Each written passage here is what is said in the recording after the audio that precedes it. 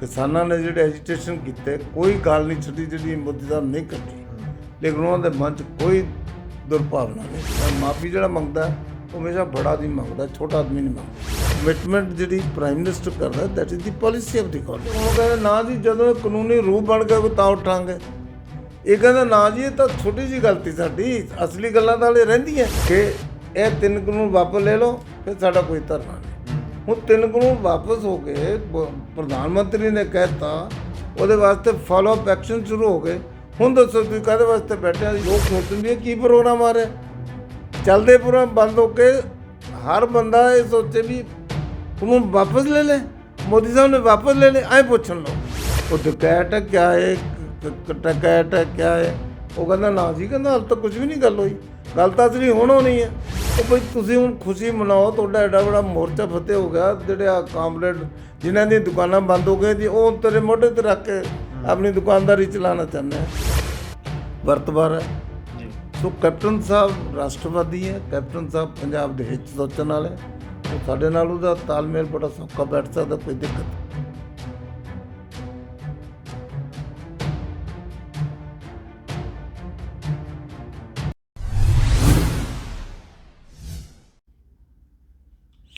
ਬਾਬੂਸ਼ਾਹੀ ਦੇਖ ਰਹੇ ਸਾਰਿਆਂ ਦਾ ਸਵਾਗਤ ਹੈ। ਸਾਬਕਾ ਕੈਬਨਿਟ ਮਿਨਿਸਟਰ ਅਤੇ ਬੀਜੇਪੀ ਦੇ ਸੀਨੀਅਰ ਲੀਡਰ ਮਦਨ ਮੋਹਨ ਮਿੱਤਲ ਜੀ ਦੇ ਨਾਲ ਗੱਲਬਾਤ ਕਰਾਂਗੇ। ਅੱਜ ਜਿਸ ਤਰੀਕੇ ਦੇ ਨਾਲ ਬੀਜੇਪੀ ਹੈ ਜਿਹੜੀ ਪੰਜਾਬ ਦੇ ਵਿੱਚ ਚੋਣਾਂ ਦੇ ਚੱਲਦੇ ਤਿਆਰੀਆਂ ਕਰ ਰਹੀ ਹੈ, ਅਤੇ ਹਾਲ ਹੀ ਦੇ ਵਿੱਚ ਜਿਹੜੇ ਵੱਡੇ ਐਲਾਨ ਕਰ ਦਿੱਤੇ ਗਏ ਨੇ ਪ੍ਰਧਾਨ ਮੰਤਰੀ ਵੱਲੋਂ, ਖਾਸ ਤੌਰ 'ਤੇ ਖੇਤੀ ਕਾਨੂੰਨਾਂ ਨੂੰ ਲੈ ਕੇ 1 ਸਾਲ ਤੋਂ ਜਿਹੜਾ ਸੀਗਾ ਇੱਕ ਰੇੜਕਾ ਬਣਿਆ ਹੋਇਆ ਸੀਗਾ। ਸੋ ਖੇਤੀ ਕਾਨੂੰਨ ਵਾਪਸ ਲੈਣ ਦੀ ਗੱਲ ਜਦੋਂ ਜਿਵੇਂ ਹੀ ਮੋਦੀ ਜੀ ਨੇ ਕਹੀ ਹੈ, ਉਸ ਤੋਂ ਬਾਅਦ ਪੰਜਾਬ ਦੇ ਵਿੱਚ ਬੀਜੇਪੀ ਹੈ ਜਿਹੜੀ ਉਹ ਹੁਣ ਆਪਣੀ ਤਸਵੀਰ ਆਪਣੀ ਆਉਣ ਵਾਲੇ ਜਿਹੜੇ ਸਮੇਂ ਦੇ ਵਿੱਚ ਕੀ ਚੀਜ਼ਾਂ ਹੋਣਗੀਆਂ ਨੂੰ ਕਿਵੇਂ ਦੀ ਗੱਲਬਾਤ ਕਰ ਲੈਂਦੇ। ਮਿੱਤਲ ਸਾਹਿਬ, ਵੱਡੇ ਐਲਾਨ ਕਰ ਦਿੱਤੇ ਨੇ ਪ੍ਰਧਾਨ ਮੰਤਰੀ ਜੀ ਨੇ, ਅਤੇ ਹੁਣ ਪੰਜਾਬ ਦੇ ਵਿੱਚ ਕਿਵੇਂ ਤਿਆਰੀਆਂ ਤੁਸੀਂ ਕਰ ਰਹੇ ਹੋ? ਦੇਖੋ, ਪਹਿਲੀ ਗੱਲ ਤਾਂ ਜੋ ਮੋਦੀ ਜੀ ਨੇ ਘੋਸ਼ਣਾ ਕੀਤੀ ਹੈ, ਐਲਾਨ ਕੀਤੇ ਹੈ, ਉਹ ਜਿੰਨੀ ਉਹਦੀ ਸ਼ਲਾਘਾ ਕੀਤੀ ਜਾਵੇ ਉਨੀ ਥੋੜ੍ਹੀ ਹੈ। ਜਿਹੜਾ ਕੋਈ ਵੱਡਾ ਲੀਡਰ ਹੋਏਗਾ, ਸਟੇਟਸਮੈਨ ਹੋਏਗਾ, ਦੇਸ਼ ਦੀ ਭਲਾਈ ਵਾਸਤੇ ਸੋਚਦਾ ਹੋਊਗਾ, ਉਹ ਇੱਦਾਂ ਦੇ ਫੈਸਲੇ ਲੈਂਦਾ ਹੈ। ਸੋ ਮੋਦੀ ਸਾਹਿਬ ਨੇ ਸਾਬਿਤ ਕਰਤਾ, ਹਾਲਾਂਕਿ ਕਿਸਾਨਾਂ ਨੇ ਜਿਹੜੇ ਐਜੀਟੇਸ਼ਨ ਕੀਤੇ ਕੋਈ ਗੱਲ ਨਹੀਂ ਛੱਡੀ ਜਿਹੜੀ ਮੋਦੀ ਸਾਹਿਬ ਨਹੀਂ ਕੱਢੀ, ਲੇਕਿਨ ਉਹਨਾਂ ਦੇ ਮਨ 'ਚ ਕੋਈ ਦੁਰਭਾਵਨਾ ਨਹੀਂ ਸੀ, ਕੋਈ ਬਦਲੇ ਦੀ ਭਾਵਨਾ ਨਹੀਂ ਸੀ, ਕੋਈ ਉਹਨਾਂ ਦੇ ਮਨ 'ਚ ਕੋਈ ਸਤਿਕਾਰ ਦੀ ਕਮੀ ਨਹੀਂ ਆਈ। ਉਹਨਾਂ ਨੇ ਬਲਕਿ ਆਪਣਾ ਬੜਪਣੇ ਦਿਖਾਇਆ। ਉਹਨਾਂ ਨੇ ਕਿਹਾ ਵੀ ਭਾਈ ਸਾਡੀ ਕਿਤੇ ਤਪੱਸਿਆ 'ਚ ਕਮੀ ਰਹਿ ਗਈ, ਅਸੀਂ ਤਾਂ ਬਹੁਤ ਕੁਝ ਤੁਹਾਨੂੰ ਸਮਝਾਉਣ ਦੀ ਕੋਸ਼ਿਸ਼ ਕੀਤੀ, ਅਸੀਂ ਕਿਤੇ ਤਪੱਸਿਆ ਕਮੀ ਰਹਿ ਗਈ ਨਹੀਂ ਤੁਹਾਨੂੰ ਸਮਝਾ ਸਕੇ। ਚਲੋ ਜਿਹੜੀ ਤੁਹਾਨੂੰ ਤਕਲੀਫ ਹੋਈ, ਮੈਂ ਉਸ ਗੱਲ ਦੀ ਮਾफ़ੀ ਮੰਗਦਾ। ਮਾफ़ੀ ਜਿਹੜਾ ਮੰਗਦਾ ਉਹ ਹਮੇਸ਼ਾ ਬੜਾ ਆਦਮੀ ਮੰਗਦਾ, ਛੋਟਾ ਆਦਮੀ ਨਹੀਂ ਮੰਗਦਾ। ਸੋ ਵੀ ਤੁਸੀਂ ਹੁਣ ਭਾਈ ਮੈਂ 3 ਕਾਨੂੰਨ ਵਾਪਸ ਲੈ ਲਏ, ਤੁਸੀਂ ਹੁਣ ਆਪਣੇ ਘਰਾਂ ਨੂੰ ਜਾਓ। ਲੇਕਿਨ ਉਹ ਹੁਣ ਵੀ ਉਹਨਾਂ ਦੇ ਉੱਤੇ ਅੜੇ ਵੇ ਆ। ਕੋਈ ਕਹਿੰਦਾ ਕਿ ਜੀ ਪਹਿਲੇ ਦੀ ਕਾਨੂੰਨੀ ਸ਼ਕਲ ਬਣ ਕੇ ਆਵੇ।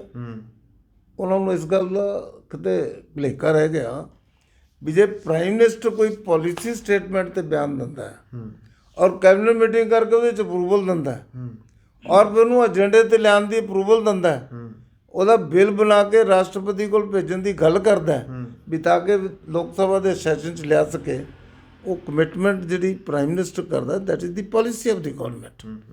ਸੋ ਇਸ ਕਰਕੇ ਹੁਣ ਕਹਿੰਦੇ ਨਾ ਜੀ ਜਦੋਂ ਕਾਨੂੰਨੀ ਰੂਪ ਬਣ ਗਿਆ ਕੋਈ ਤਾਂ ਉਠਾਂਗੇ, ਇਹ ਕਹਿੰਦਾ ਨਾ ਜੀ ਇਹ ਤਾਂ ਛੋਟੀ ਜਿਹੀ ਗਲਤੀ ਸਾਡੀ, ਅਸਲੀ ਗੱਲਾਂ ਤਾਂ ਹਲੇ ਰਹਿੰਦੀਆਂ। MSP ਦੀ ਗੱਲ ਕਰ ਰਹੇ ਨੇ, MSP ਦੀ ਕਰ ਰਹੇ ਹੋ ਤਾਂ ਕਹਿੰਦੇ ਜੇ ਕੱਲ੍ਹ ਤੁਸੀਂ ਕੋਈ ਫਰਟੀਲਾਈਜ਼ਰ ਪਾਲਿਸੀ ਬਣਾਉਣੀ ਹੈ, ਤੁਸੀਂ ਕੋਈ ਡੇਅਰੀ ਫਾਰਮ ਦੇ ਉੱਤੇ ਕੋਈ ਪਾਲਿਸੀ ਬਣਾਉਣੀ ਹੈ, ਸਾਡੇ ਉਹਦੀਆਂ ਵੀ ਗੱਲਾਂ ਕਰੋ ਬੈਠ ਕੇ। ਜਦ ਅਸੀਂ ਉਹਨਾਂ ਨੂੰ, ਮੈਂ ਖੁਦ ਵੀ 1-2 ਲੀਡਰਾਂ ਨੂੰ ਮਿਲਿਆ, ਬੜੇ ਚੰਗੇ, ਮੈਨੂੰ ਉਹਨਾਂ ਦੀ ਮੇਰੇ ਮਨ 'ਚ ਬੜੀ ਇੱਜ਼ਤ ਹੈ, ਨਾਂ ਲੈਣਾ ਚੰਗਾ ਨਹੀਂ ਲੱਗਦਾ। ਉਹਨਾਂ ਨੇ ਕਿਹਾ ਜੀ ਤੁਹਾਡੀਆਂ ਸਾਰੀਆਂ ਗੱਲਾਂ ਠੀਕ ਹੈ, he agreed with main principle, ਹਰ ਇਸ਼ੂ ਦੇ ਉੱਤੇ ਉਹਨਾਂ ਨੇ ਐਗਰੀਮੈਂਟ ਦਿੱਤਾ। ਪਰ ਕਹਿੰਦਾ ਜੀ ਹੁਣ ਸਾਡਾ ਫੈਸਲਾ ਹੈ ਵੀ ਜਦ 3 ਕਾਨੂੰਨ ਵਾਪਸ ਆਉਂਗੇ ਤਾਂ ਪਹਿਲਾਂ ਅਸੀਂ ਕੋਈ ਗੱਲ ਨਹੀਂ ਕਰ ਸਕਦੇ। ਮੰਨਣਾ ਨਹੀਂ ਕਿਸੇ ਨੇ। ਮੈਂ ਕਿਹਾ ਤੁਸੀਂ ਮਨਾ ਕੇ ਦੇਖੋ, ਤੁਹਾਡੀ ਇਕੱਲੇ ਗੱਲ ਕਰਾ ਦਿੰਦਾ। ਉਹ ਕਹਿੰਦਾ ਜੀ 3 ਕਾਨੂੰਨ ਵਾਪਸ ਬਿਨਾਂ ਸਾਡੀ ਯੂਨੀਅਨ ਨੇ ਮੰਨਣਾ ਨਹੀਂ ਹੈ, ਸੰਯੁਕਤ ਮੋਰਚਾ ਵਾਲਿਆਂ ਨੇ ਬਿਲਕੁਲ ਨਹੀਂ ਮੰਨਣਾ। ਹੁਣ ਉਹ 3 ਗੱਲਾਂ ਜਿਹੜੀਆਂ 3 ਕਾਨੂੰਨ ਤਾਂ ਵਾਪਸ ਹੋ ਗਏ, ਹੁਣ ਤਾਂ ਕੋਈ ਕੰਡੀਸ਼ਨ ਰਹੀ ਨਹੀਂ। ਐਂਡ ਮੋਰ ਅਬਾਊਟ ਜਿਹੜੀ ਉਹਨਾਂ ਦੀ ਕੰਡੀਸ਼ਨ ਧਰਨਾ ਚੁੱਕਣ ਦੀ ਤੀ, ਉਹ ਇਹ ਥੀ ਕਿ ਇਹ 3 ਕਾਨੂੰਨ ਵਾਪਸ ਲੈ ਲਓ ਫਿਰ ਸਾਡਾ ਕੋਈ ਧਰਨਾ ਨਹੀਂ। ਹੁਣ 3 ਕਾਨੂੰਨ ਵਾਪਸ ਹੋ ਗਏ, ਪ੍ਰਧਾਨ ਮੰਤਰੀ ਨੇ ਕਹਿਤਾ, ਉਹਦੇ ਵਾਸਤੇ ਫਾਲੋ ਅਪ ਐਕਸ਼ਨ ਸ਼ੁਰੂ ਹੋ ਗਏ। ਹੁਣ ਦੱਸੋ ਤੁਸੀਂ ਕਾਹਦੇ ਵਾਸਤੇ ਬੈਠੇ? ਅਸੀਂ ਤਾਂ ਇਹ ਕਹਿੰਦੇ ਵੀ ਤੁਸੀਂ ਰੁੱਸ ਕੇ ਗਏ ਤੇ ਹੁਣ ਭੰਗੜਾ ਪਾਉਂਦੇ ਘਰ ਨੂੰ ਵਾਪਸ ਆਓ, ਤਾਂ ਕਿ ਘਰ ਵਾਲੇ ਵੀ ਖੁਸ਼ ਹੋਣ। ਅਸੀਂ ਵੀ ਕਹੀਏ ਵੀ ਦੇਖੋ ਵੀ ਕਿਸਾਨਾਂ ਨੇ ਵੀ ਫਰਾਕ ਦਿਲੀ ਦਿਖਾਈ ਹੈ, ਵੀ ਮੋਦੀ ਸਾਹਿਬ ਨੇ ਅਨਾਉਂਸ ਕੀਤਾ, ਆਪਣੀ ਕਮਿਟਮੈਂਟ ਪੂਰੀ ਕਰਤੀ। ਔਰ ਪੰਜਾਬ ਤਾਂ ਜਿਹੜਾ ਬਚਨ ਦੇ ਦਿਓ ਤੇ ਮੁੜਦਾ ਨਹੀਂ ਹੈ। ਸੋ ਇਸ ਲਈ ਮੈਂ ਸਮਝਦਾ ਕਿ ਮੋਦੀ ਸਾਹਿਬ ਨੇ ਜਾਂ ਫਰਾਕ ਦਿਲੀ ਸੂਓ ਮੋਟੋ, ਮੈਂ ਤਾਂ ਵੈਸੇ ਪੰਜਾਬੀ 'ਚ ਕਹਿੰਦਾ ਹੁੰਦਾ ਕਿ ਮੋਦੀ ਸਾਹਿਬ ਸਾਡੇ ਤਪਸਵੀ ਆਦਮੀ ਹੈ। ਉਹਨਾਂ ਨੇ ਸਵੇਰੇ ਉੱਠ ਕੇ ਪ੍ਰਕਾਸ਼ ਉਤਸਵ 'ਤੇ ਬਾਬੇ ਨਾਨਕ ਦਾ ਨਾਂ ਲੱਤਾ। ਉਹ ਨਾਂ ਲੈ ਕੇ ਫਿਰ ਬਾਬਾ ਜੀ 'ਤੇ ਹੁਕਮ ਪੁੱਛਿਆ। ਬਾਬਾ ਨਾਨਕ ਦੇਵ ਤਾਂ ਜਗਤ ਬਾਬਾ ਹੈ, ਬਿਲਕੁਲ ਮਾਨਵਤਾ ਦੇ ਆਧਾਰ 'ਤੇ ਉਹਨਾਂ ਨੇ ਸਾਰੀਆਂ ਗੱਲਾਂ ਕੀਤੀਆਂ। ਉਹ ਕਹਿੰਦੇ ਦੱਸੋ ਜੀ ਮੈਨੂੰ ਆਪਣੇ ਸੇਵਕ ਨੂੰ ਹੁਕਮ ਦਿਓ। ਉਹ ਕਹਿੰਦੇ ਭਾਈ ਇਹ ਕਾਨੂੰਨ ਵਾਪਸ ਲੈ ਲੈ। ਉਹਨਾਂ ਨੇ ਜਦੇ ਆਪਣੇ ਸਟਾਫ ਨੂੰ ਕਿਹਾ ਵੀ ਟੀਵੀ ਬੰਦ ਕਰੋ, ਜੋ ਪ੍ਰੋਗਰਾਮ ਚੱਲ ਰਿਹਾ ਮੈਂ ਘੋਸ਼ਣਾ ਕਰਨੀ ਚਾਹੁੰਦਾ। ਉਹਨੇ ਤਾਂ ਨਹੀਂ ਕਿਹਾ ਮੈਂ ਕੈਬਨਿਟ ਮੀਟਿੰਗ ਪਹਿਲੇ ਕਰੂੰਗਾ। ਉਹਨਾਂ ਨੇ ਗਏ ਟੀਵੀ 'ਤੇ ਫਟ ਅਨਾਉਂਸ ਕਰਤਾ, ਔਰ ਲੋਕ ਸੋਚਣ ਵੀ ਇਹ ਕੀ ਪ੍ਰੋਗਰਾਮ ਆ ਰਿਹਾ। ਚੱਲਦੇ ਪ੍ਰੋਗਰਾਮ ਬੰਦ ਹੋ ਕੇ ਹਰ ਬੰਦਾ ਇਹ ਸੋਚੇ ਵੀ ਕਾਨੂੰਨ ਵਾਪਸ ਲੈ ਲੈ, ਮੋਦੀ ਸਾਹਿਬ ਨੇ ਵਾਪਸ ਲੈ ਲੈ, ਐਂ ਪੁੱਛਣ ਲਓ। ਫਿਰ ਇਹ ਕਹਿਣ ਕਮਾਲ ਕਰਤਾ ਜੀ, ਮੋਦੀ ਸਾਹਿਬ ਨੇ ਕਮਾਲ ਕਰਤਾ ਜੀ। ਕੁਦਰਤੀ ਇਕੱਠ ਹੋਏ ਵੇ ਤੇ ਸਭ ਗੁਰਦੁਆਰੇ 'ਚ ਪ੍ਰਕਾਸ਼ ਉਤਸਵ ਕਰਕੇ। ਉਹ ਜਿਹੜੀ ਸੰਗਤ ਵੀ ਉੱਥੇ ਭਾਵੇਂ ਲੰਗਰ 'ਚ ਬੈਠੀ ਹੈ, ਚਾਹੇ ਪ੍ਰਸ਼ਾਦ ਲੈ ਰਹੀ ਹੈ, ਚਾਹੇ ਅੰਦਰ ਉੱਥੇ ਪ੍ਰੋਗਰਾਮ ਸੁਣ ਰਹੀ ਹੈ, ਕੀਰਤਨ ਕਰ ਰਹੀ ਹੈ, ਸਾਰੇ ਕਹਿੰਦੇ ਮੋਦੀ ਸਾਹਿਬ ਨੇ ਕਮਾਲ ਕਰਤਾ ਜੀ, ਕਮਾਲ ਕਰਤਾ। ਆ ਹੁਣ ਫਿਰ ਕੇਸ ਨੂੰ ਪਤਾ ਨਹੀਂ ਕਿਆ ਹੋ ਗਿਆ। ਉਹ ਡਕੈਟ ਹੈ ਕਿਆ ਹੈ, ਡਕੈਟ ਹੈ ਕਿਆ ਹੈ? ਉਹ ਕਹਿੰਦਾ ਨਾ ਜੀ, ਕਹਿੰਦਾ ਹਾਲ ਤਾਂ ਕੁਝ ਵੀ ਨਹੀਂ ਗੱਲ ਹੋਈ, ਗੱਲ ਤਾਂ ਅਸਲੀ ਹੁਣ ਹੋਣੀ ਹੈ। ਮੈਨੂੰ ਲੱਗਦਾ ਵੀ ਕਈ ਗੱਲਾਂ ਕਈ ਲੋਕਾਂ ਦੇ ਘਰ 'ਚ ਤੁਸੀਂ ਕੋਈ ਚੰਗੀ ਖੁਸ਼ਹਾਲੀ ਦੀ ਚੀਜ਼ ਦੇ ਦਿਓ ਨਾ, ਉਹ ਨਾ ਤਾਂ ਕੁਛ ਇਹ ਤਾਂ ਆਣੀ ਹੁੰਦੀ ਜੀ, ਆ ਨਹੀਂ ਆਇਆ ਵਿੱਚ ਇਹਦੇ। ਉਹ ਬਈ ਤੁਸੀਂ ਹੁਣ ਖੁਸ਼ੀ ਮਨਾਓ, ਤੁਹਾਡਾ ਐਡਾ ਬੜਾ ਮੋਰਚਾ ਫਤਿਹ ਹੋ ਗਿਆ। ਜਿਹੜੇ ਆ ਕਾਮਰੇਡ ਜਿਨ੍ਹਾਂ ਦੀਆਂ ਦੁਕਾਨਾਂ ਬੰਦ ਹੋ ਗਏ ਜੀ, ਉਹ ਤੇਰੇ ਮੋਢੇ 'ਤੇ ਰੱਖ ਕੇ ਆਪਣੀ ਦੁਕਾਨਦਾਰੀ ਚਲਾਉਣਾ ਚਾਹੁੰਦੇ ਆ। ਉਹਨਾਂ ਨੇ ਕਦੇ ਦੇਸ਼ ਦੀ ਭਲਾਈ ਦੀ ਗੱਲ ਨਹੀਂ ਕੀਤੀ, ਕਦੇ ਭਲਾਈ ਸੋਚਿਆ। ਉਹਦਾ ਕਹਿੰਦੇ ਲੋਕ ਐਜੀਟੇਸ਼ਨ ਕਰਦੇ ਨੇ ਤਾਂ ਹੀ ਸਾਡੀ ਦੁਕਾਨ ਖੁੱਲ੍ਹਣੀ ਹੈ। ਉਹ ਦੁਕਾਨ ਹੁਣ ਉਹਨਾਂ ਦੀ ਨਹੀਂ ਚੱਲਣੀ। ਹੁਣ ਦੁਕਾਨ ਕਿਸਾਨਾਂ ਦੇ ਹੱਕ ਦੀ ਚੱਲੂਗੀ, ਮੋਦੀ ਸਾਹਿਬ ਦੀ ਚੱਲੂਗੀ। ਔਰ ਇਹ ਸਾਬਤ ਕਰਤਾ ਮੋਦੀ ਸਾਹਿਬ ਨੇ ਕਿ ਉਹ ਕਿਸਾਨਾਂ ਦੇ ਸ਼ੁਭ ਚਿੰਤਕ ਹੈ। ਪਹਿਲੀ ਵਾਰ ਹਿੰਦੁਸਤਾਨ ਦੇ ਵਿੱਚ ਜੋ ਅਨਾਜ ਖਰੀਦਿਆ ਗਿਆ ਉਹਦੇ ਪੈਸੇ ਕਿਸਾਨਾਂ ਦੇ ਖਾਤੇ 'ਚ ਡਾਇਰੈਕਟ ਪਹੁੰਚੇ, ਜਿਹੜੇ ਕਿ ਕਿਸਾਨ ਬੜੀ ਦੇਰ ਤੇ ਮੰਗ ਕਰਦੇ ਤੇ। ਉਹ ਪੈਸੇ ਆ ਵੀ ਗਏ, ਉਹਨਾਂ ਨੂੰ ਪਤਾ ਹੀ ਨਹੀਂ ਲੱਗੇ ਪੈਸੇ ਵੀ ਆ ਗਏ। ਉਹ ਬੈਂਕ ਵਾਲੇ ਕਹਿੰਦੇ ਭਾਈ ਤੁਹਾਡੇ ਪੈਸੇ ਆ ਗਏ, ਕਢਾਣੇ ਜਾਂ ਮਰਜ਼ੀ ਕਢਾ ਲਓ। ਸੋ ਇਸ ਕਰਕੇ ਮੋਦੀ ਸਾਹਿਬ ਨੇ ਜੋ ਫੈਸਲੇ ਕੀਤੇ ਹੈ, ਉਹ ਹਮੇਸ਼ਾ ਉਹਨਾਂ ਨੇ ਫੈਸਲੇ ਦੇਸ਼ ਦੇ ਹਿੱਤ ਵਾਸਤੇ ਕੀਤੇ ਹੈ। ਮਿੱਤਲ ਸਾਹਿਬ, ਇੱਕ ਸ਼੍ਰੋਮਣੀ ਅਕਾਲੀ ਦਲ ਅਤੇ ਬੀਜੇਪੀ ਦੇ ਗੱਠਜੋੜ ਦੀ ਦੁਬਾਰਾ ਚਰਚਾ ਜਿਹੜੀ ਉਹ ਸ਼ੁਰੂ ਹੋ ਚੁੱਕੀ ਹੈ। ਤੁਹਾਡੇ ਪਾਰਟੀ ਦੇ ਸੀਨੀਅਰ ਲੀਡਰ ਦੁਸ਼ਯੰਤ ਗੌਤਮ ਜੀ ਦਾ ਦਿੱਲੀ ਤੋਂ ਬਿਆਨ ਆਇਆ ਸੀਗਾ ਕਿ ਅਗਰ ਜਦੋਂ ਉਹਨੂੰ ਪੁੱਛਿਆ ਗਿਆ ਕਿ ਸ਼੍ਰੋਮਣੀ ਅਕਾਲੀ ਦਲ ਦੇ ਨਾਲ ਅਲਾਇੰਸ ਹੋ ਸਕਦਾ ਨਹੀਂ, ਤਾਂ ਉਹਨਾਂ ਨੇ ਕਿਹਾ ਸੀਗਾ ਕਿ ਉਹ ਸਵਾਗਤ ਕਰਨਗੇ, ਪਰ ਅਕਾਲੀ ਦਲ ਨੂੰ ਛੋਟੇ ਭਰਾ ਦੇ ਤੌਰ 'ਤੇ ਸਵਾਗਤ ਕਰਨਗੇ। ਹੁਣ ਪਹਿਲਾਂ ਵੱਡੇ ਭਰਾ ਦੇ ਨਾਤੇ ਸੀਗੇ, ਜੇ ਹੁਣ ਉਹ ਆਉਂਦੇ ਵੀ ਨੇ ਸਾਡੇ ਨਾਲ ਤਾਂ ਛੋਟੇ ਭਰਾ ਦੇ ਨਾਤੇ ਆਉਣਗੇ। ਤੁਸੀਂ ਇਹ ਸਟੇਟਮੈਂਟ ਨੂੰ ਕਿਵੇਂ ਦੇਖ ਰਹੇ ਹੋ? ਲੱਗਦਾ ਕਿ ਪਾਰਟੀ 'ਚ ਕੋਈ ਗੱਲਬਾਤ ਚੱਲ ਰਹੀ ਹੈ ਕਿ ਸ਼੍ਰੋਮਣੀ ਅਕਾਲੀ ਦਲ ਤੁਹਾਡੇ ਨਾਲ ਦੁਬਾਰਾ ਜਿਹੜਾ ਹੈਗਾ ਉਹ ਆ ਸਕਦਾ? ਦੁਸ਼ਯੰਤ ਗੌਤਮ ਸਾਡੇ ਇੰਚਾਰਜ ਹੈ, ਪ੍ਰਭਾਰੀ ਹੈ। ਉਹ ਜੋ ਵੀ ਵਿਚਾਰ ਰੱਖਣਗੇ ਉਹ ਪਾਰਟੀ ਦੇ ਵਿੱਚ ਆਉਂਦਾ ਹੈ ਹਮੇਸ਼ਾ, ਔਰ ਉਹ ਪਾਰਟੀ ਦੇ ਹਿੱਤ ਦੀ ਗੱਲ ਕਰਦੇ ਆ, ਦੇਸ਼ ਦੇ ਹਿੱਤ ਦੀ ਗੱਲ ਕਰਦੇ ਆ। ਉਹ ਜੋ ਕਹਿਣਗੇ ਪਾਰਟੀ ਜੋ ਪਾਸ ਹੋਊਗਾ ਸਾਰਿਆਂ ਨੂੰ ਮੰਨਣਾ ਪਊਗਾ। ਮੈਂ ਵੀ ਮੰਨੂਗਾ, ਬਿਲਕੁਲ, ਮੇਰਾ ਪ੍ਰਧਾਨ ਵੀ ਮੰਨੂਗਾ, ਬਾਕੀ ਸਾਰੀ ਟੀਮ ਮੰਨੂਗੀ। ਲੇਕਿਨ ਅਸੀਂ ਤਾਂ ਉਹਨਾਂ ਨੂੰ ਕੱਢਿਆ ਨਹੀਂ, ਉਹ ਆਪ ਛੱਡ ਕੇ ਗਏ ਸਾਨੂੰ। ਇਹ ਬਿਆਨ ਮੈਂ ਬਹੁਤ ਪਹਿਲੇ ਦਿੱਤਾ ਤਾ, ਜਦ ਮੈਂ ਕਿਹਾ ਤਾ ਵੀ ਦੇਖੋ ਵੀ ਤੁਸੀਂ, ਇੱਕ ਪੱਤਰਕਾਰ ਨੇ ਪੁੱਛਿਆ ਵੀ ਤੁਹਾਡਾ ਸਮਝੌਤਾ ਚੱਲੂਗਾ, ਮੈਂ ਬਿਲਕੁਲ ਚੱਲੂਗਾ, ਪਰ ਹੁਣ ਅਸੀਂ ਵੱਡੇ ਭਰਾ ਹੋਵਾਂਗੇ। ਉਹ ਕਹਿੰਦੇ 117 ਸੀਟਾਂ ਹੈ, 117 ਤਾਂ ਫਿਰ ਇੱਕ ਸੀਟ ਵੱਧ ਕੌਣ ਲਊਗਾ, ਮੈਂ ਅਸੀਂ ਲਵਾਂਗੇ, ਕਿਉਂਕਿ ਅਸੀਂ ਵੱਡੇ ਭਰਾ ਹਾਂ। ਤਾਂ ਉਦੋਂ ਕਾਫੀ ਦੇਰ ਪਹਿਲੇ, ਮੈਂ ਬਹੁਤ ਪਹਿਲੇ ਕਿਹਾ ਤਾ ਸ਼ੁਰੂ 'ਚ, ਦੁਸ਼ਯੰਤ ਗੌਤਮ ਜੀ ਦੀ ਸੋਚ ਠੀਕ ਹੈ, ਪਰ ਉਹ ਹੁਣ ਕਿਵੇਂ ਆਉਣਗੇ? ਉਹ ਸੁਖਬੀਰ ਤਾਂ ਆਪ ਕਹਿ ਗਿਆ, ਕਹਿੰਦਾ ਸਾਡਾ ਕੋਈ ਸਮਝੌਤਾ ਨਹੀਂ। ਠੀਕ ਹੈ ਜੀ, ਨਹੀਂ ਅਸੀਂ ਤਾਂ ਨਹੀਂ ਕੱਢਿਆ, ਉਹ ਆਪ ਗਏ ਹੈ, ਆਪ ਹੀ ਉਹਨਾਂ ਨੇ ਕਿਹਾ ਵੀ ਅਸੀਂ ਕੋਈ ਸਮਝੌਤਾ ਨਹੀਂ ਕਰਨਾ। ਵੈਸੇ ਸੁਖਬੀਰ ਨੇ ਵੀ ਗਾਲਾਂ ਕੱਢਣ 'ਚ ਕਮੀ ਨਹੀਂ ਛੱਡੀ, ਸਾਰੇ ਲੋਕ ਸਾਡੇ ਹੀ ਕੱਢੇ ਉਹਨਾਂ ਨੇ, ਬਿਲਕੁਲ। ਔਰ ਜਦ ਕਿ ਹਾਲਾਂਕਿ ਜਦ ਬਿੱਲ ਪੇਸ਼ ਹੋਇਆ, ਬੀਬੀ ਉੱਥੇ ਹਾਜ਼ਰ ਸੀ, ਬੀਬੀ ਦੇ ਉਸ ਮੀਟਿੰਗ 'ਚ ਦਸਤਖਤ ਹੈ, ਅਪਰੂਵਲ ਹੈ। ਹੁਣ ਉਹ ਬੀਬੀ ਵੀ ਤਾਂ ਉਹ ਸੋਚਦੀ ਵੀ ਜੇ ਸਾਡੇ ਸਿੱਖ ਭਰਾ ਹੀ ਰੁੱਟ ਗਏ ਅਸੀਂ ਕੀ ਕਰਾਂਗੇ। ਉਹ ਗਏ ਤਾਂ ਸਿੱਖ ਭਰਾਵਾਂ ਨੂੰ ਮਨਾਉਣ ਤੇ, ਸਿੱਖ ਭਰਾ ਤਾਂ ਫਿਰ ਵੀ ਨਹੀਂ ਮੰਨੇ ਉਹਨਾਂ ਤੇ, ਉਹਨਾਂ ਦੇ ਨਾਲ ਨਹੀਂ ਹੈ, ਸਾਡੇ ਨਾਲ ਆਉਣਗੇ ਹੁਣ ਉਹ, ਕਿਉਂਕਿ ਬਿਹਤਰੀ ਅਸੀਂ ਕੀਤੀ। ਜੇ ਵਿੱਚ ਬੈਠੇ ਰਹਿੰਦੇ ਤਾਂ ਇਹ ਜਿਹੜੇ ਕਾਨੂੰਨ ਵਾਪਸ ਹੋਣ ਦਾ ਮੋਦੀ ਸਾਹਿਬ ਨੇ ਬਿਆਨ ਦਿੱਤਾ, ਇਹਦਾ ਸ਼੍ਰੇਅ ਇਹਨਾਂ ਨੂੰ ਮਿਲਣਾ ਤਾਂ। ਹੁਣ ਉਹ ਸ਼੍ਰੇਅ ਅਸੀਂ ਕਲੇਮ ਕਰਦੇ ਹਾਂ ਵੀ ਸਾਡੇ ਲੀਡਰ ਨੇ ਬਿਆਨ ਦਿੱਤਾ, ਪਰ ਮੈਂ ਤੇ ਵੀ ਉੱਪਰ ਕਹਿੰਦਾ ਬਾਬੇ ਨਾਨਕ ਦਾ ਸ਼੍ਰੇਅ ਹੈ ਕਿ ਬਾਬੇ ਨਾਨਕ ਨੇ ਗੱਲ ਆਪਣੇ ਗੁਰਪੁਰਬ ਤੇ ਕਹੀ, ਪ੍ਰਕਾਸ਼ ਉਤਸਵ ਤੇ ਕਹੀ, ਤੇ ਮੋਦੀ ਸਾਹਿਬ ਨੇ ਮੰਨ ਲਈ। ਜੀ, ਤੁਸੀਂ ਤਿਆਰੀ ਤੁਹਾਡੇ ਵੱਲੋਂ ਕਰ ਦਿੱਤੀ ਗਈ ਸੀ ਕਿ ਪਿਛਲੇ ਦਿਨੀ ਨਾਅਰਾ ਵੀ ਦਿੱਤਾ ਗਿਆ ਨਵਾਂ ਪੰਜਾਬ ਭਾਜਪਾ ਦੇ ਨਾਲ 117 ਸੀਟਾਂ 'ਤੇ ਲੜਨ ਦੀ ਗੱਲ ਬੀਜੇਪੀ ਨੇ ਪਹਿਲਾਂ ਹੀ ਜਿਹੜੀ ਹੈ ਸਪਸ਼ਟ ਕਰ ਦਿੱਤੀ ਸੀਗੀ। ਹੁਣ ਕਾਨੂੰਨ ਵਾਪਸ ਹੋਣ ਤੋਂ ਬਾਅਦ ਕੌਨਫੀਡੈਂਸ ਕਿੰਨਾ ਕੁ ਆਊਗਾ ਜਦੋਂ ਪਾਰਟੀ ਦੇ ਜਿਹੜੇ ਲੀਡਰ ਨੇ, ਵਰਕਰ ਨੇ, ਜਦੋਂ ਉਹ ਜਾਣਗੇ ਪਿੰਡਾਂ ਦੇ ਵਿੱਚ ਜਦੋਂ ਵੋਟਾਂ ਮੰਗਣ ਜਾਣਗੇ? ਜਿਹੜਾ ਪੰਜਾਬ ਦਾ ਐਟਮੋਸਫੀਅਰ ਹੈ ਉਹਦੇ 'ਚ ਇੱਕ ਬਹੁਤ ਬੜੀ ਤਬਦੀਲੀ ਆਈ ਹੈ। ਪਹਿਲੇ ਤਾਂ ਵੀ ਕਿਸਾਨ ਸਾਨੂੰ ਥੋੜ੍ਹਾ ਜਿਹਾ ਕੜੱਤਣ ਨਾਲ ਦੇਖਦੇ ਤੇ, ਵਿਰੋਧ ਕਾਫੀ ਹੋਇਆ ਤੁਹਾਡੇ ਲੀਡਰਸ ਉਹ ਤਾਂ ਕੜੱਤਣ ਨਾਲ ਦੇਖਦੇ, ਉਹਦੇ ਸਭ ਕੁਝ ਆ ਜਾਂਦਾ। ਉਹ ਲੱਗਦਾ ਵੀ ਪਤਾ ਨਹੀਂ ਬੀਜੇਪੀ ਇਕੱਲੇ ਸਾਡੇ ਕਿਉਂ ਵਿਰੋਧ 'ਚ ਹੈ, ਔਰ ਠੀਕ ਵੀ ਤਾਂ ਉਹਨਾਂ ਨੂੰ ਲੱਗਦਾ ਵੀ ਇਹ ਕਿਉਂ ਨਹੀਂ ਕਰਦੇ, ਸਾਡੀ ਗੱਲ ਕਿਉਂ ਨਹੀਂ ਮੰਨਦੇ। ਉਹਨਾਂ ਸਾਡੇ ਤੇ ਮਾਣ ਹੈ, ਸਾਨੂੰ ਉਹਨਾਂ ਤੇ ਮਾਣ ਹੈ। ਔਰ ਬਹੁਤ ਸਾਰੇ ਕਿਸਾਨ ਸਾਨੂੰ ਇਹ ਵੀ ਕਹਿੰਦੇ ਤੇ ਜੀ ਅਸੀਂ ਵੈਸੇ ਤਾਂ ਤੁਹਾਡੇ ਨਾਲ ਹੈ, ਪਰ ਅਸੀਂ ਕੀ ਕਰੀਏ, ਸਾਡੇ ਕਿਸਾਨ ਨਹੀਂ ਸਾਨੂੰ ਮੰਨਦੇ। ਉਹ ਜੇ ਅਸੀਂ ਤੁਹਾਨੂੰ ਬੁਲਾਉਂਦੇ ਹਾਂ ਤਾਂ ਸਾਨੂੰ ਤਾਨੇ ਮਾਰਦੇ ਆ। ਸਾਡਾ ਦਿਲ ਤਾਂ ਤੁਹਾਨੂੰ ਹੀ ਵੋਟ ਪਾਉਣ ਨੂੰ ਕਰਦਾ, ਪਰ ਕਦੀ ਕਿਹਾ ਅਸੀਂ ਫਸ ਗਏ। ਹੁਣ ਉਹ ਕਹਿੰਦੇ ਜੀ ਹੁਣ ਤੁਸੀਂ ਆ ਜਾਓ।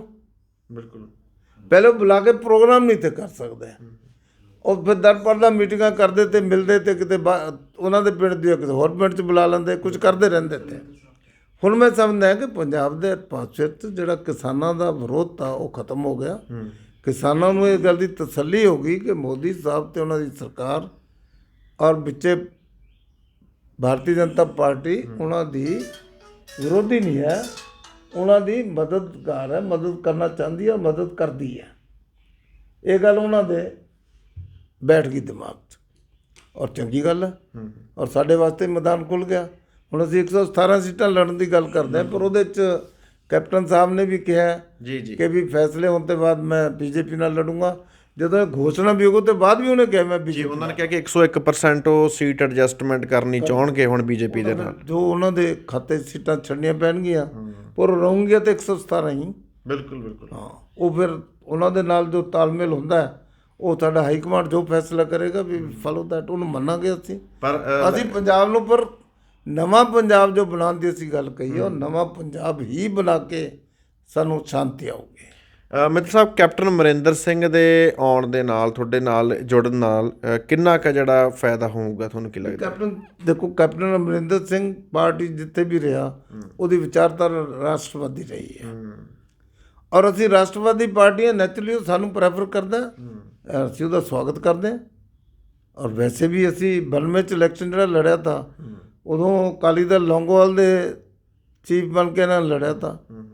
ਭਾਰਤੀ ਜਨਤਾ ਪਾਰਟੀ ਦਾ ਸੂਬੇ ਦਾ ਪ੍ਰਧਾਨ ਮੈਂ ਸੀ ਉਦੋਂ, ਅਸੀਂ ਮਿਲ ਕੇ ਚੁਣਾਵ ਲੜਿਆ ਤਾ, ਔਰ ਸਾਡਾ ਪ੍ਰਧਾਨ ਮੰਤਰੀ ਦਾ ਕੈਂਡੀਡੇਟ ਕੈਪਟਨ ਅਮਰਿੰਦਰ ਸਿੰਘ ਤਾ।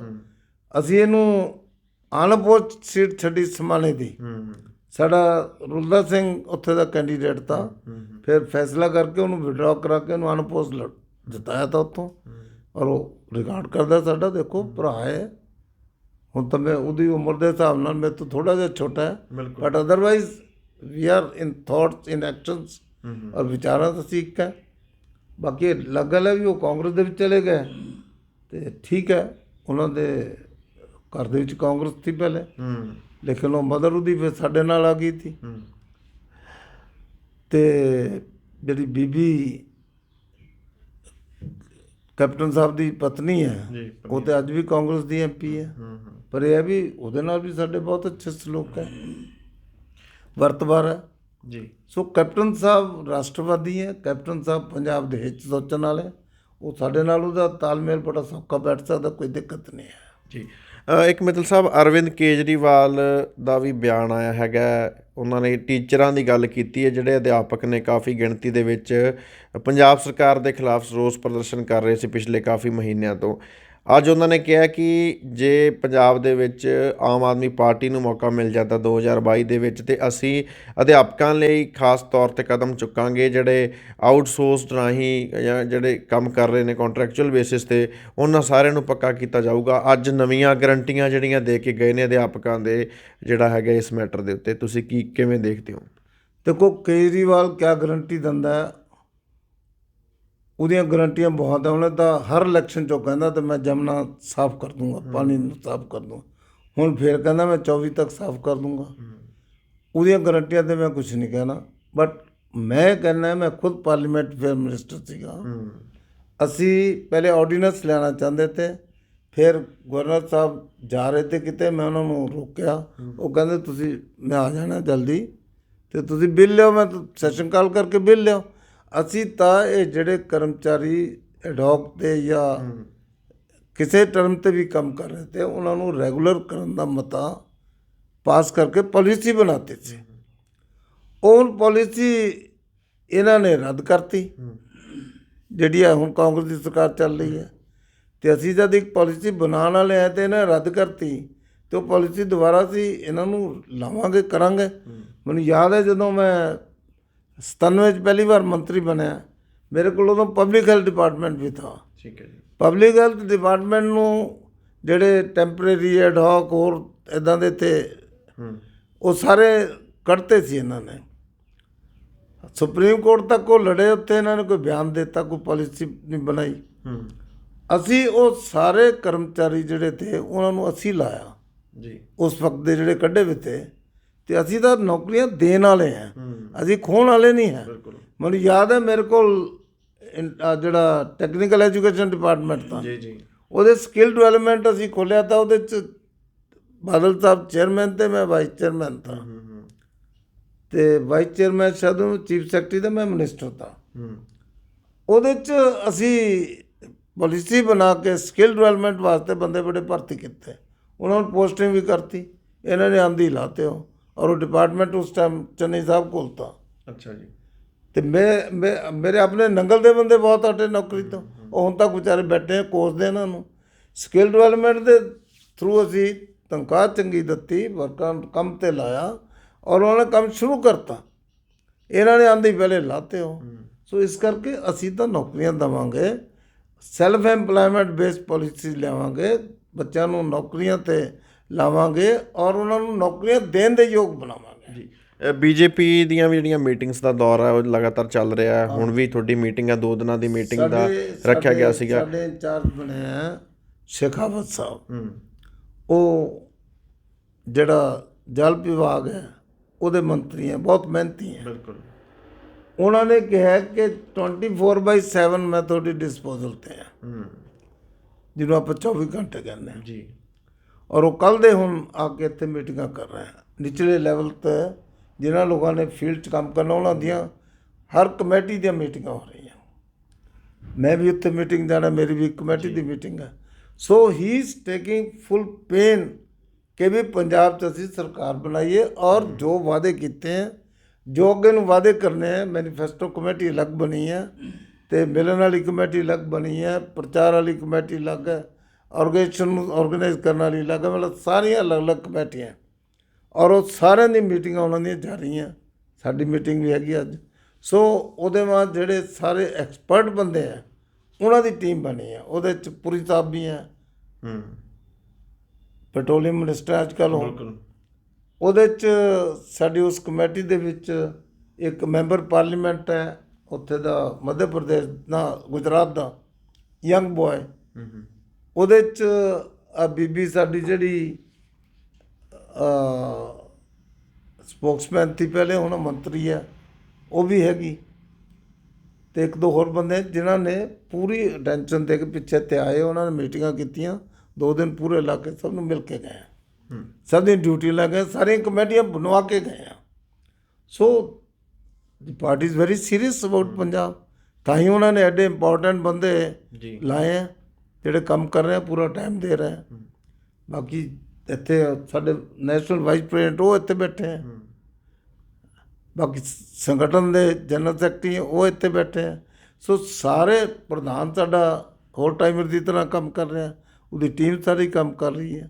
ਸੋ ਇਸ ਕਰਕੇ ਨਊ ਇਲੈਕਸ਼ਨ ਕਿਵੇਂ ਲੜਨਾ ਹੈ, ਉਸ ਇਲੈਕਸ਼ਨ ਲਈ ਕਿਆ ਸਟ੍ਰੈਟਜੀ ਹੈ, ਸਾਰੇ ਬੰਦਿਆਂ ਨੂੰ ਕੰਮ ਦੇ ਕੇ ਕੰਮ ਤੇ ਲਾਇਆ, ਤਾਂ ਕਿ ਕੋਈ ਨਾ ਕਹੇ ਜੀ ਮੇਰੇ ਜਿੰਮੇ ਕੋਈ ਕੰਮ ਨਹੀਂ, ਸਭ ਜਿੰਮੇ ਕੰਮ ਲਾਇਆ ਹੋਇਆ ਜੀ। ਔਰ ਸਾਰੇ ਆਪਣੇ ਆਪਣੇ ਮੋਰਚਿਆਂ ਤੇ ਲੱਗੇ ਹੋਏ ਹੈ, ਸੰਪਰਕ ਦੇ ਵਿੱਚ ਲੋਕਾਂ ਨੂੰ ਲਿਆਉਣ ਵਾਸਤੇ, ਮਿਲਣ ਵਾਸਤੇ, ਉਹਨਾਂ ਨੂੰ ਸਮਝਾਉਣ ਵਾਸਤੇ ਸਭ ਲੱਗੇ ਹੋਏ ਹੈ ਜੀ। ਬਹੁਤ ਬਹੁਤ ਸ਼ੁਕਰੀਆ ਮਿੱਤਲ ਸਾਹਿਬ। ਔਰ ਰਿਸਪੌਂਸ ਬੜੀ ਅੱਛੀ ਹੈ। ਮੈਂ ਤੁਹਾਡੇ ਚੈਨਲ ਦੁਆਰਾ ਫਿਰ ਕਿਸਾਨ ਭਰਾਵਾਂ ਨੂੰ, ਸੰਯੁਕਤ ਮੋਰਚੇ ਵਾਲਿਆਂ ਨੂੰ ਬੇਨਤੀ ਕਰਦਾ ਕਿ ਤੁਸੀਂ ਰੱਬ ਦੇ ਵਾਸਤੇ ਇੱਥੋਂ ਭੰਗੜੇ ਪਾਉਂਦੇ ਜਾਓ।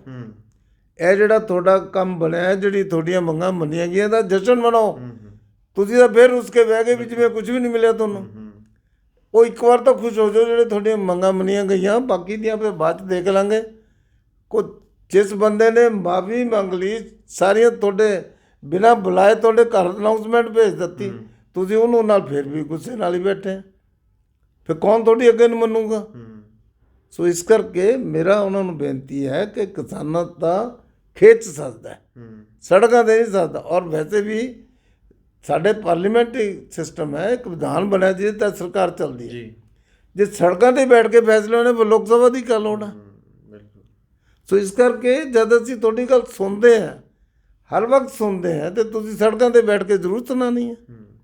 ਅਸੀਂ ਤੁਹਾਨੂੰ ਆਦਰ ਨਾਲ ਬਿਠਾਵਾਂਗੇ, ਕਮਰੇ 'ਚ ਬਿਠਾਵਾਂਗੇ, ਚਾਹ ਵੀ ਪਿਲਾਵਾਂਗੇ, ਚਾਹ ਨਾਲ ਖਾਣ ਨੂੰ ਵੀ ਕੁਝ ਦੇਵਾਂਗੇ, ਰੋਟੀ ਦੇ ਟਾਈਮ ਰੋਟੀ ਵੀ ਦੇਵਾਂਗੇ। ਤੁਸੀਂ ਆ ਕੇ ਤਾਂ ਗੱਲ ਕਰੋ, ਅੱਜ ਸੜਕਾਂ 'ਤੇ ਨਾ ਬੈਠੋ। ਸੜਕਾਂ 'ਤੇ ਬੈਠਣ ਨਾਲ ਆਮ ਲੋਕਾਂ ਨੂੰ ਬਹੁਤ ਤਕਲੀਫ ਹੁੰਦੀ ਹੈ। ਉਹ ਤੁਹਾਡੀ ਨਿੰਦਾ ਵੀ ਕਰਦੇ, ਸਾਨੂੰ ਵੀ ਕਹਿੰਦੇ ਜੀ ਨੇ ਉਠਾਓ। ਕੱਲ੍ਹ ਨੂੰ ਕਿਸੇ ਕੋਰਟ ਨੇ ਆਰਡਰ ਕਰਤਾ ਫਿਰ ਕਿਆ ਹੋਊਗਾ। ਇਸ ਕਰਕੇ ਆਪਾਂ ਲੋਕਾਂ ਨੂੰ, ਜਦ ਤੁਹਾਡੇ ਲੋਕਾਂ ਨੇ ਮਦਦ ਕੀਤੀ ਹੈ, ਲੋਕਾਂ ਨੇ ਸਭ ਤਕਲੀਫਾਂ ਬਰਦਾਸ਼ਤ ਕੀਤੀਆਂ, ਸੜਕਾਂ ਬੰਦ ਹੋ ਗਈਆਂ ਤਾਂ ਵੀ ਗੱਡੀਆਂ ਰੁਕੀਆਂ ਰਹੀਆਂ।